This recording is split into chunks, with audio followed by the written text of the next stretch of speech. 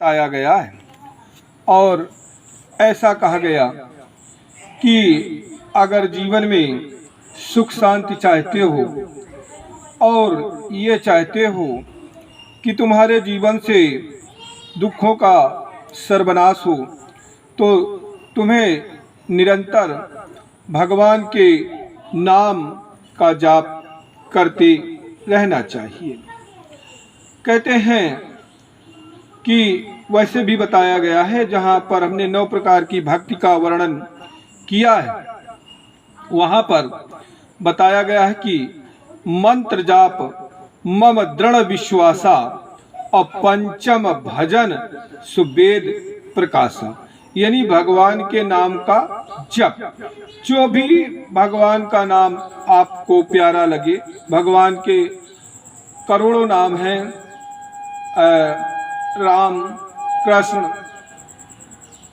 भगवान विष्णु, शंकर, जो भी आपको नाम अच्छा लगे उस नाम का जाप आप करते रहें तो आपके जीवन में सुख शांति और समृद्धि का संचार होगा और पापों का नाश होगा।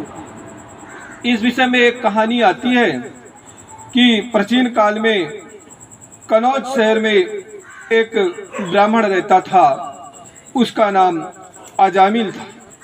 अजामिल बहुत ही शुद्धात्मा, पितृभक्त, मातृभक्त व्यक्ति था। लेकिन एक बार जंगल में समिधा चुनने के लिए गया तो वहाँ पर एक दृश्य देखा कि एक वेश्या एक शूद्र के साथ वन में काम क्रीड़ा कर रही है और वो कभी नाचती है, कभी गाती है और शूद्र भी उसका उसी प्रकार अनुकरण कर रहा है। इस प्रकार उसकी आधी साड़ी सरक गई है। ऐसा कामुक दृश्य देख करके अजामिल के मन का बांध टूट गया और मन उस वेश्या में लग गया। मेरे माताओं, बहनों और कथा प्रेमी सज्जन साथियों, सोचने की आवश्यकता है कि अजामिल ने जीवन में केवल एक बार कामुक दृश्य देखा था और उसका मन उसके हाथों से निकल गया। आजकल के बच्चे छोटी छोटी उम्र में मोबाइल लेकर के इंटरनेट खोल करके न जाने ऐसे कितने दृश्य देखते होंगे। अब कल्पना कीजिए कि 16-17 साल की उम्र तक पहुँचते पहुँचते उनका मन मस्तिष्क कितना विषाक्त हो गया हो।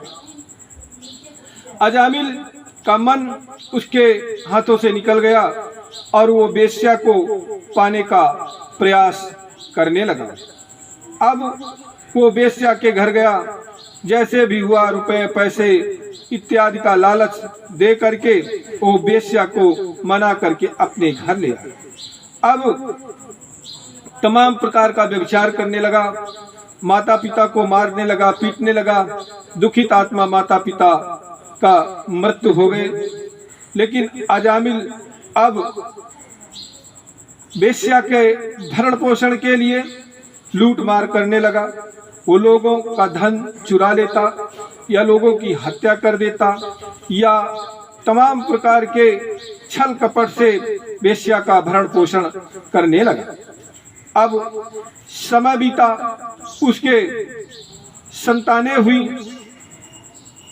एक बार एक साधुओं की टोली उधर से गुजरी और अजामिल की पत्नी ने उनको भोजन कराया। जब उन लोगों ने भोजन कर लिया तो बोले, भोजन तो आपने करवा दिया, अब हमको दक्षिणा चाहिए। उसी समय अजामिल आ गया, कहने लगा, मैं तो लूट मार करने वाला, आपको लूटा नहीं है, यही आप हमारी दक्षिणा समझिए।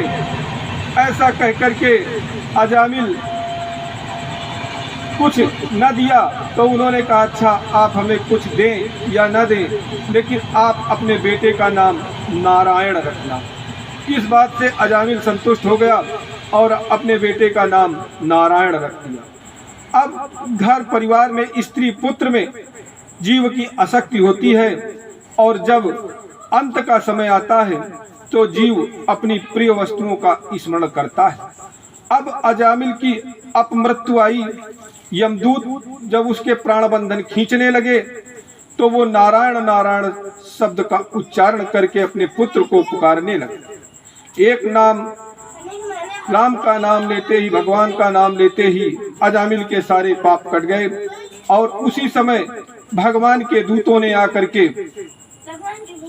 यम के दूतों को रोक दिया और बोले, अरे यमदूतों, तुम इसको नरकलोक नहीं ले जा सकते हो।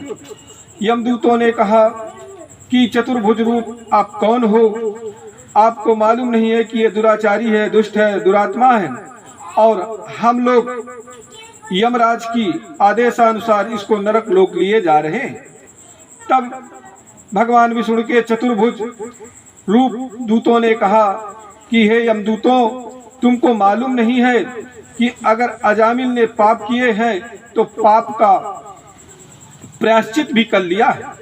क्या तुमको मालूम नहीं है कि नाम ले तू अभाव सिंधु सुखाई, अकरऊ विचार स्वजन मन माई। भगवान के नाम में इतनी शक्ति है, भगवान के नाम में इतना सामर्थ्य कि एक बार भगवान का नाम लेने से व्यक्ति के राशि राशि पाप कट जाते हैं और तुम यहाँ से चले जाओ। इस प्रकार भगवान विष्णु के यमदूत वापस चले जाते हैं।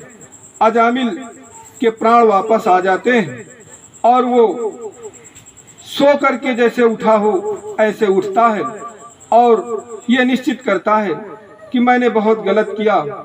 एक वेश्या के चक्कर में पड़ करके अपना ब्राह्मणत्व नष्ट कर लिया, अपना तप नष्ट कर लिया, और ऐसा निश्चय करके वो जंगल की तरफ चला जाता है और भगवान के नाम का सतत जप करता है। जब भगवान के नाम का सतत जप करते करते उसके पाप नष्ट हो जाते हैं और अंत को मोक्ष प्राप्त करके वैकुंठ लोक को चला जाता है। तो कहने का मतलब ये है कि भगवान के नाम जप में बड़ी शक्ति है। आप एक घड़ी, आधी घड़ी, आधी पे पुनी आधी, शाम सुबह जितना भी आपको समय मिले आप घर के काम काज से निवृत्त होकर के भगवान का नाम का जप कीजिए। भगवान के नाम का जप करने से आपके कोट कोट पाप नष्ट हो जाएंगे और संसार से धीरे धीरे वैराग्य उत्पन्न होने लगेगा और आपको भगवान के चरणों पर प्रेम उत्पन्न होने लगेगा। और जब भगवान के चरणों पर प्रेम उत्पन्न हो जाएगा तो होई विवेक अमोह भ्रम भागा, अतव सब विषय वियोग विरागा। जब भगवान के चरणों में आपको प्रेम हो जाएगा तब सब विषय वियोग विरागा, तब जो है आपको भगवान के चरणों पर प्रेम हो जाएगा और भगवान के चरणों पर प्रेम जाएगा तो सांसारिक विषयों से आपको वैराग्य उत्पन्न हो जाएगा। और जब सांसारिक विषयों से आपको वैराग्य उत्पन्न हो जाएगा तो आपको मोक्ष प्राप्ति हो जाएगी और मोक्ष प्राप्त हो करके ये अंतर आत्मा जो ईश्वर का अंश है, ईश्वर में जाकर के निवास करेगी और वहाँ ईश्वर अंश अजीवय विनाशी, अचेतनय मल सहज सुख रची। वहाँ जाकर के आप अनंत प्रकार के सुखों का